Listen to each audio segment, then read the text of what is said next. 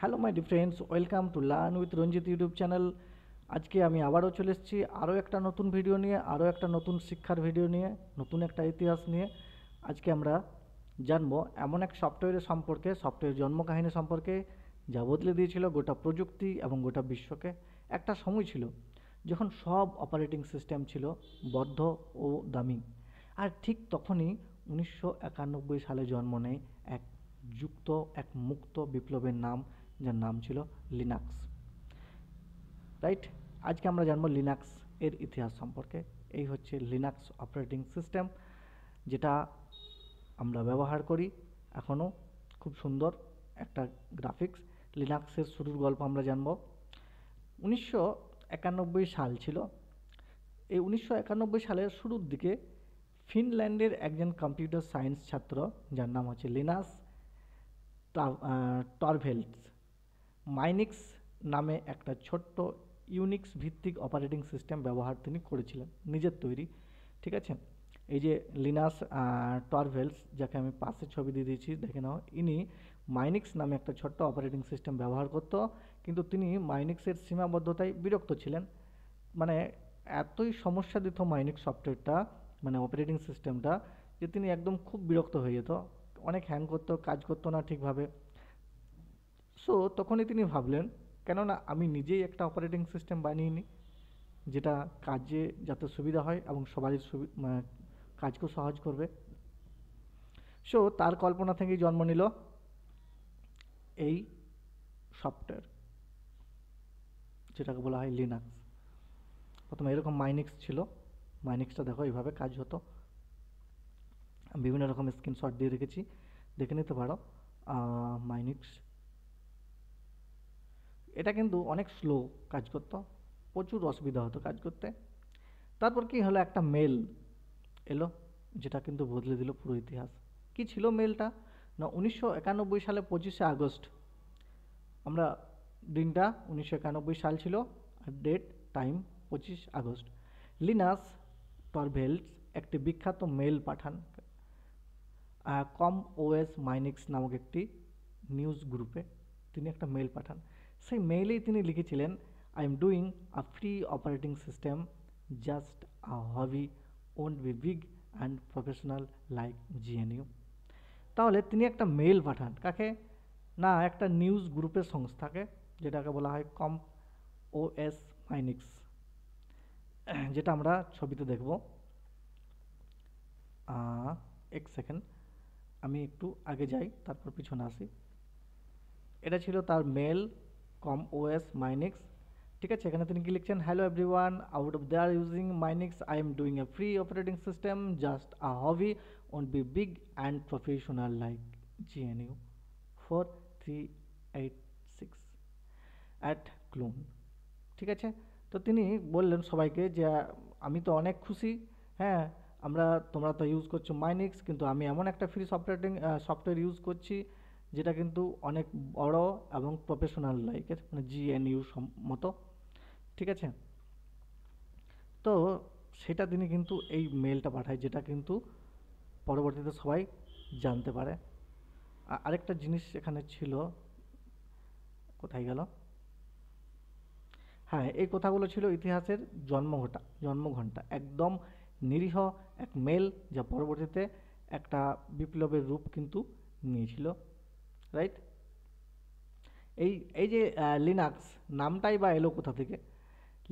না, লিনাস মানে ওই ব্যক্তিটা যিনি এটাকে বানিয়েছিলেন, তার তৈরি করা অপারেটিং সিস্টেমের নাম তিনি দিয়েছিলেন, প্রথমে দিয়েছিলেন ফ্রেক্স, মানে free plus freak plus unique শব্দের সমন্বয়ে কিন্তু এফটিপি সার্ভার অ্যাডমিন এআরআই লেমাক নিজের ইচ্ছায় ফোল্ডারের নাম রাখেন লিনাক্সকে। এই ব্যক্তিটা তার নিজের ইচ্ছায়, তার নিজের নাম অনুযায়ী তার নাম রাখেন লিনাক্স। তো এই যে লিনাস এর ইউনিক্স, এই নামটা থেকেই কিন্তু থেকেই যায় ইতিহাসে তিনি কতটা কার্যকারী করে রাখতেন। এই যে লিনাস V0.01 প্রথম রিলিজ কখন হয়েছিল? না, 1991 সালের সেপ্টেম্বর মাসে লিনিক্স এর প্রথম ভার্সন কিন্তু লিনাক্স এই যে সেটাকে রিলিজ করেন প্রথমে। তারপর এটি ছিল কমান্ড লাইন বেসড এবং সীমিত হার্ডওয়্যার চালিত। এতে ছিল bash shell, GCC compiler, file system, Minix feature সমর্থন, তবে কখনো এক্স উইন্ডো সিস্টেম বা জিইউআই ছিল না, মানে গ্রাফিক্যাল ইউজার ইন্টারফেস ছিল না সেটাতে। সো জিএনইউ প্রজেক্ট ও লিনাক্স কানেকশন, এখানে বলছে লিনাক্স শুধুমাত্র কার্নেল বানিয়েছিলেন, তবে 1983 সালেই রিচার্ড স্টলম্যান জিএনইউ প্রজেক্ট শুরু করেন, যেখানে ফ্রি সফটওয়্যার তৈরি হচ্ছিল জিএনইউ এর টুলস ও ইউটিলিটিস আর লিনাক্স এর কার্নেল মিলিয়ে তৈরি হয় প্রথম কার্যকর জিএনইউ লিনাক্স সিস্টেম।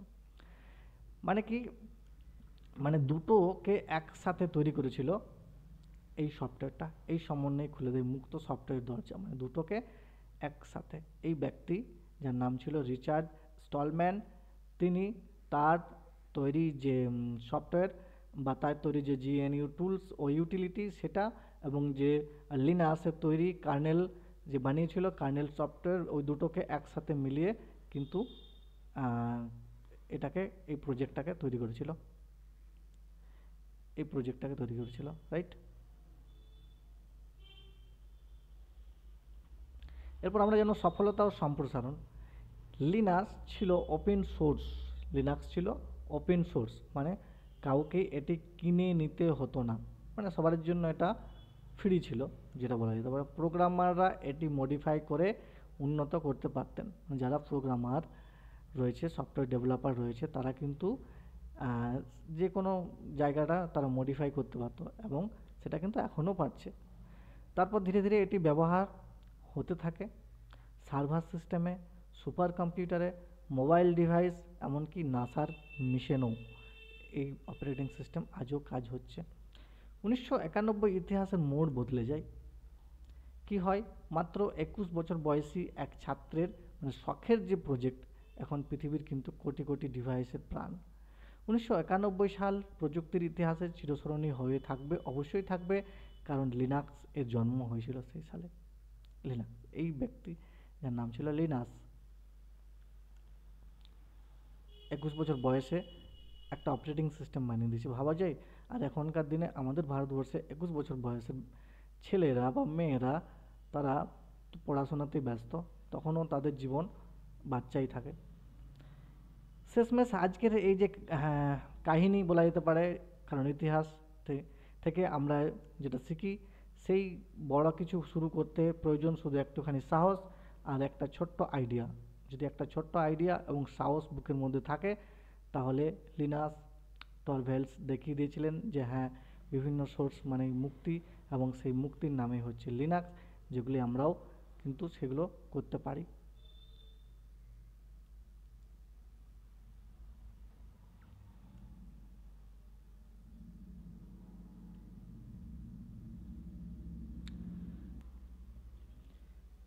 এই ভিডিওটি ভালো লেগে থাকলে অবশ্যই একটা লাইক দিন এবং কমেন্টে জানান। লিনাক্স নিয়ে আরও কিছু যদি জানতে চান, এবং হ্যাঁ, আপনার channel learn with Ranjit A subscribe করতে ভুলবেন না। নতুন প্রযুক্তির ইতিহাস নিয়ে পরবর্তী পর্বে আবারও দেখা হচ্ছে। ততক্ষণ পর্যন্ত সবাই ভালো থাকবে, সুস্থ থাকবে। সবাইকে অনেক অনেক ধন্যবাদ। Bye bye, have a nice day.